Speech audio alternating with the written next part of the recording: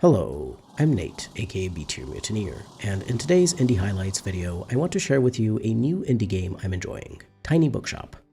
Tiny Bookshop is a cozy management game developed by Neoludic Games that revolves around the player having a tiny bookshop, like in the title, hooked to the end of their car and moving around between areas of a small town called Buxtonbury to sell books to the locals and interact with them.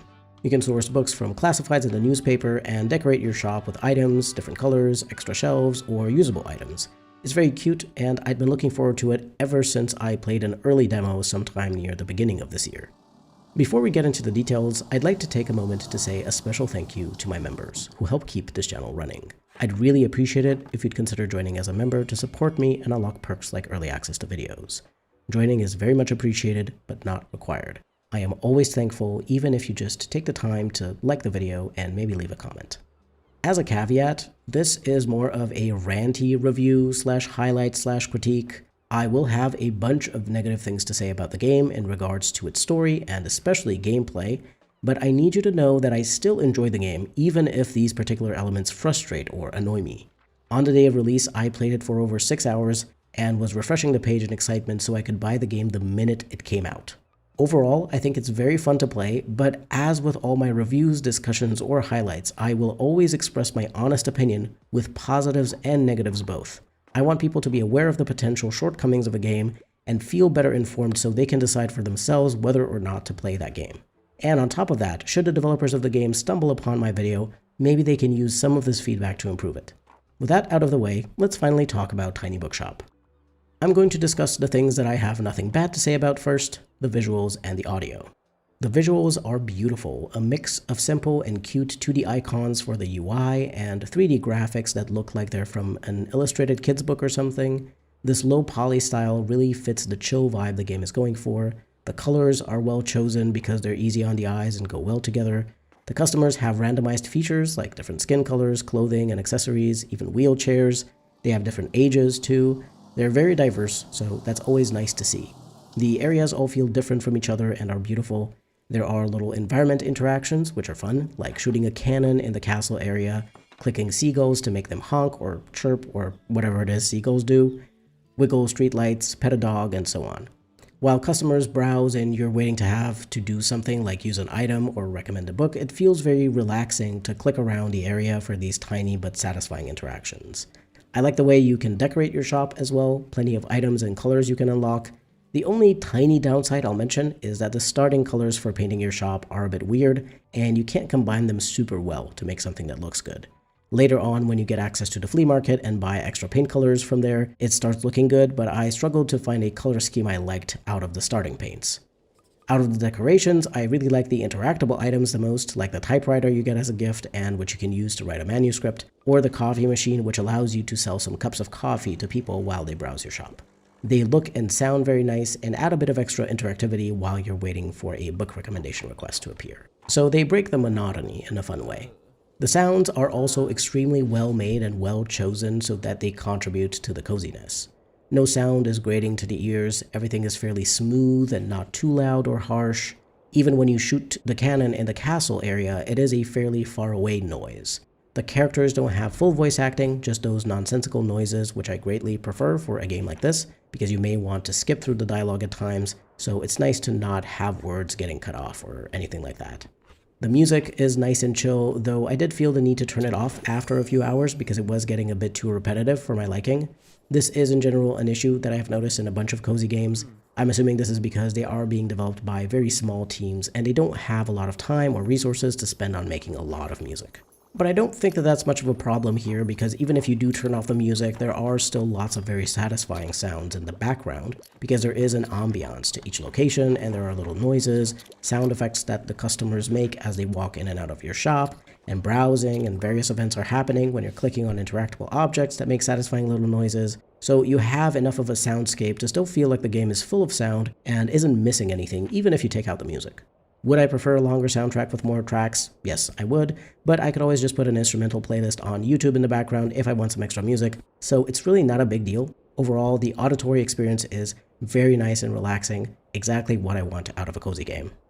The story setup is fairly simplistic, as most cozy games tend to be. You've decided to create a mobile bookshop and go to a new town, Bookstonbury, to sell books there.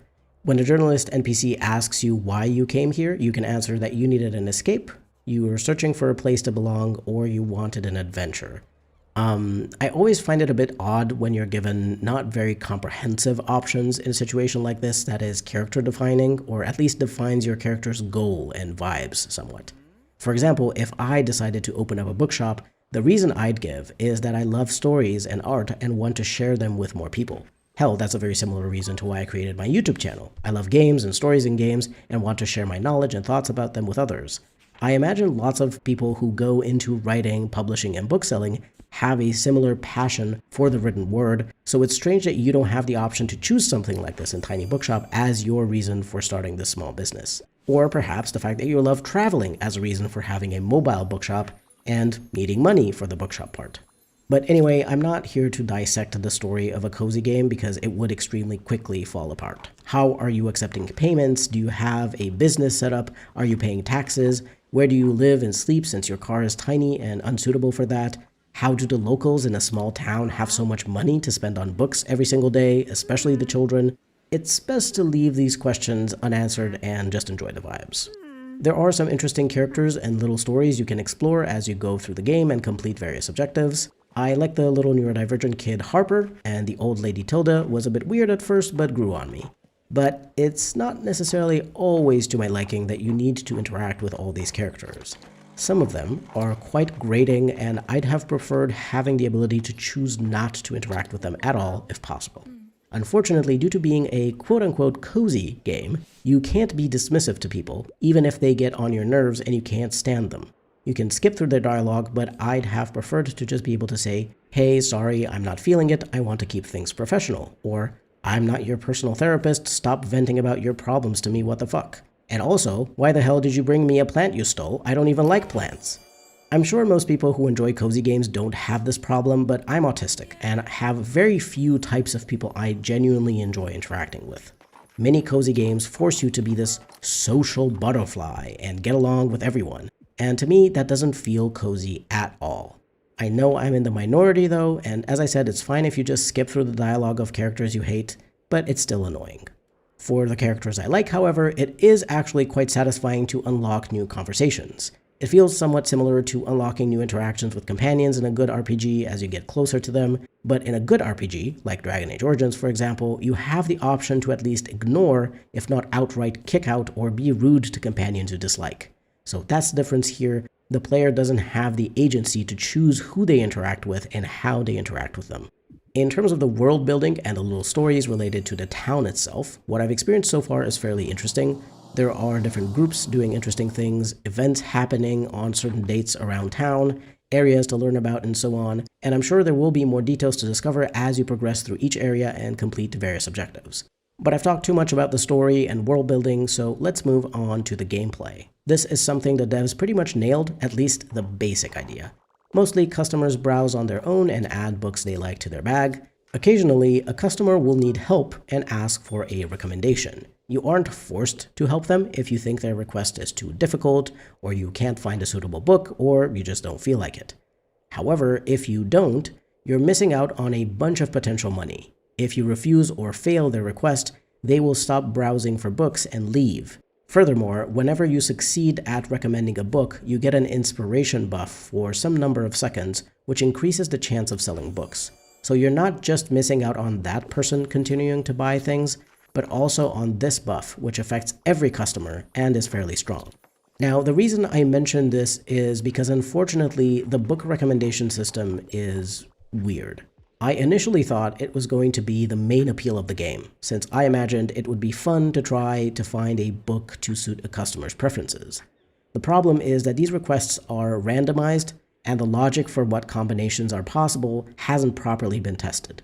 So you can get a child asking you for a horror story, but make it not too scary. And also, as a random fact, the kid still likes children's fiction. Guess what? There's no children's horror books, at least not that I've seen. If you try to give them a crime book that is not for mature audiences, they'll say it's not a horror story, which fair, but then if you try to give them an actual horror book, those are intended for mature audiences, And then you'll get a reaction from the kid like, this is not for kids. And I'm like, honey, you wanted a fucking horror book. What did you expect? I also find the whole intended for mature audiences thing icky. I'm not a fan of censorship. I'm not a fan of other people deciding what someone can or can't read. If a customer comes in alone and has the money to buy a book, they should be able to buy that book regardless of their age or any other features. It is not anyone's business to judge what a person of any age reads. And when we add these kinds of limits, it's a slippery slope that leads to censorship and minority-created and minority-related media being pushed out. Because book bans and censorship in general have always been about power and control and politics. People don't actually care about children when they institute any form of censorship, and don't let them tell you otherwise. Anyway, I don't want this to turn into a rant about censorship, so I'll stop there. But other than the mature audiences issue, very clearly there is something wrong with how the recommendation requests are generated. Another thing that negatively impacts the recommendation system is the way books are categorized. There is only crime, classics, children's, drama, fact, fantasy, and travel as genres. You don't have horror as a separate thing, it's clumped up with crime. Fantasy includes fantasy, sci-fi, supernatural, and everything else just smashed together into one single category.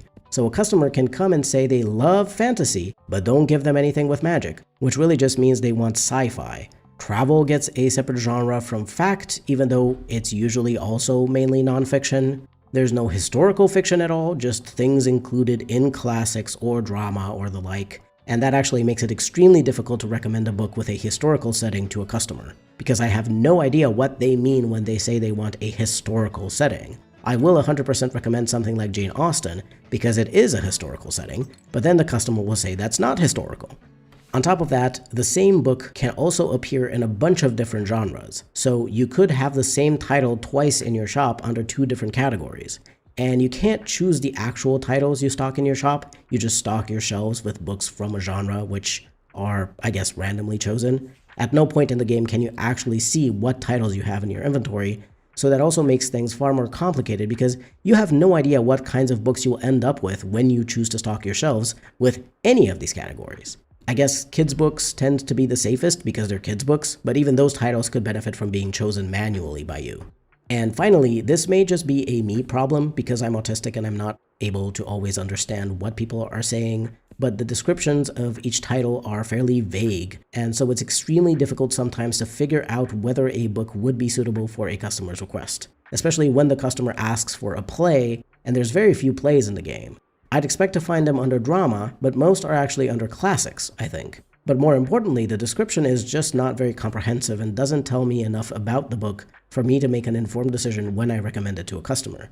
Even worse, sometimes there's titles I've actually read and analyzed during university in my English and film studies, and so I know those would be a perfect fit for what the customer asked for. As an example, a customer wanted a story that was political and philosophical, and I chose The Importance of Being Earnest by Oscar Wilde. That play is 100% political and philosophical, and yet the customer refused and said it wasn't. There is of course also the argument to be made that all art is political, but I understood that in this case, the customer wanted something with a focus on those elements, and a social-political satire absolutely fits the bill in my opinion. So as you can see, all of these issues combine in unpleasant ways to make the book recommendation minigame feel bad. Other than the low difficulty requests, I really don't recommend the higher difficulty ones, because they are frustrating and will result in you wasting a lot of time browsing through your stock to figure out which book is in which category, and then very likely choose the wrong book because of one of many potential issues that I highlighted. I still think the idea of the book recommendation system was great, but it just isn't implemented well. At this point, I don't think they can fix all of this, but I'd at least ask them to fix the logic of the requests themselves so that someone doesn't ask for something that contradicts itself. And since there are so few plays in the game, I'd also try to steer away from a lot of customers asking for those.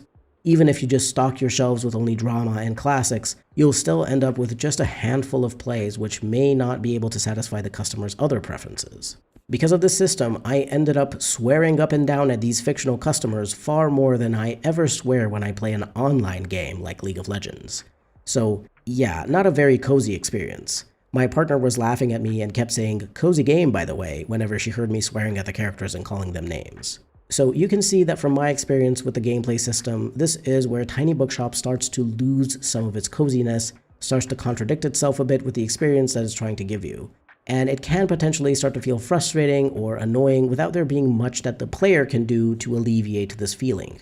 Yes, I can skip through dialogue, but I still have to choose annoyingly supportive dialogue options towards characters I strongly dislike or hate. Yes, I can just ignore the difficult book recommendation requests, but I am missing out on a lot of potential money I could make that day, and it's not actually that easy to make money in the game in order to be able to get all the different decorations and items you want in a timely manner. There are certain things that make a game, which is a bit of challenge, a feeling of progression, stuff like that.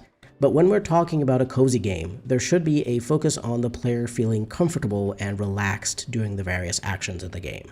At least for me, that's what the cozy part means, and it's what I look for in cozy games. I want a relaxing experience that lets me feel in control, lets me customize various things to my liking, and doesn't punish me for the way I like to do things. I want to be able to turn on the game at the end of a tiring day and be able to sit there and relax with simple gameplay and options to customize my experience to make it fit my preferences.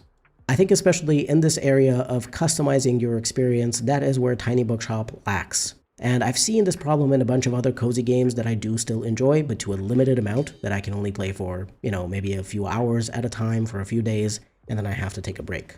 And the thing that I've noticed is that in order to try to tell the cozy story the developers thought of, the player is forced to interact with every single important character and has to go through every single beat. It's a very linear story experience overall. Even if, let's say, you interact with one character before another, you go to one particular area first instead of another. But in order to complete the main story of the game, in order to get to certain milestones which allow you to unlock new items for your shop and new areas, you do have to follow the main story. The main story is kind of happening, and you have to do it because otherwise you're not really progressing past certain things. And it feels a bit bad, right, to have your progression in the game gated behind having to interact with a character you dislike. I don't like being told to play a management game in a certain way. I like being given the tools and then allowed the freedom to play however feels good for me. It's fine for certain things to be more efficient or optimal, but with the way certain systems work in this game, you just can't really play your way. You have to make certain choices because the management part of the game isn't well designed. It's really weird. I see the visuals of Tiny Bookshop and I'm like, wow, this is my game, this is my jam. I want to have a small bookshop. I want to sell people books. I want to recommend them books they'll enjoy. I want to decorate my bookshop and sell books of certain genres that I actually know about and can recommend genuinely, and so on. The fantasy of the game is very strong, but unfortunately the systems don't support that fantasy well enough. In terms of the game's performance, I haven't had any issues like crashes or major bugs. I will say that I do think the recommendation system is kind of bugged because it can give you these contradictory requests which can't be fulfilled, but otherwise I think the game runs pretty well. In the 10 hours I've played it so far, I haven't come across any game-breaking or progression-barring bugs. So far that has been smooth sailing. I'm not 100% sure of how the debt system works. I went into debt once when I didn't have enough money for the daily expenses when I traveled to an area, but I quickly made the money back by selling books that day, and then I was never in debt again. While nothing bad related to debt and income happened to me, I feel like this part is the least explained in-game, so I am not 100% confident in it. But otherwise, as I said, I didn't have any issues, no visual bugs either that I could see, so I feel pretty good about the game's quality assurance, other than the logic of the recommendation system. So this is a ranty kind of review and highlight for Tiny Bookshop. I can understand if you don't think this is exactly a highlight video, because I am usually on the whole more positive in my indie highlights, but I want to reiterate what I said at the beginning of the video. I do actually like this game, and I will keep playing it for many more hours because many parts of it are satisfying to play, and I love the fantasy of the game. I am very passionate about games and care very deeply about them, study them in detail, and so I also end up having very high standards when it comes to certain things. I also think it's very important for me to mention both the positives and negatives in the review because people are going to see this and maybe make a decision to buy the game based on my review. And so if you do that, I want to provide you with as much information as I can to help you make an informed decision and hopefully not regret your purchase. And if you watch my review and decide you don't care about the negatives I mentioned, they don't bother you, that's great too. But better for me to talk about my full experience with the game and not leave anything out in case these negatives may also impact other people. So this has been my review of Tiny Bookshop. I love the vibes of this game, and I hope that with a few updates, it can deliver a little better on its fantasy by improving the gameplay of the book recommendations in particular. I hope that despite its potential downsides, if you like cozy management games, you're still willing to give Tiny Bookshop a chance. At the time of recording this, there is still a free demo up on Steam as well, so you can play through the first 3 days of the game and see how you feel about it overall. You won't necessarily come across all the negatives I mentioned. You only meet a couple of characters, the recommendation requests are on the easier side and so on, but you'll at least know if you like the basics of the game. Regardless, the negatives don't take away from the good parts of the game, those are still great. I think to some extent there will always be an issue that small indie games have, which is that there are a few small things, especially when it comes to game design and gameplay, that aren't quite right. This could be for a bunch of different reasons. Small team, not very experienced designers, not a lot of dev time, not enough playtesting, or not good quality feedback from playtesting, or trying to do something that hasn't really been done before. I feel like Tiny Bookshop definitely tries to do some new and interesting things in the shop management space, and some aspects of it worked, while other details ended up being just a bit off the mark. Whatever the case may be, whatever the reasons for these shortcomings, they're not a deal breaker for me, which means I can still get enough enjoyment out of the game to consider the purchase worthwhile. The game is 18 euros right now with a 10% launch discount, and I think that's a pretty fair price. It seems to have a fair bit of content to allow you to play for many hours and discover new things and progress through the story. Since I haven't yet completed the main story, I can't tell you exactly how long it took me to do that, but I expect it would likely take me at least 15 to 20 hours, which is totally fine, especially since you may also like to continue selling books after completing the main story, or restarting to do a slightly different type of playthrough, and so on. So I hope you enjoyed this look at Tiny Bookshop, a cozy management game with a lot of potential that does stumble here and there, but is overall a very satisfying experience. If you're looking forward to more videos about games I like, remember to subscribe and leave a like and comment while you're at it too. They really help. This has been B Tier Mutineer. Thank you very much for watching, and I'll see you next time.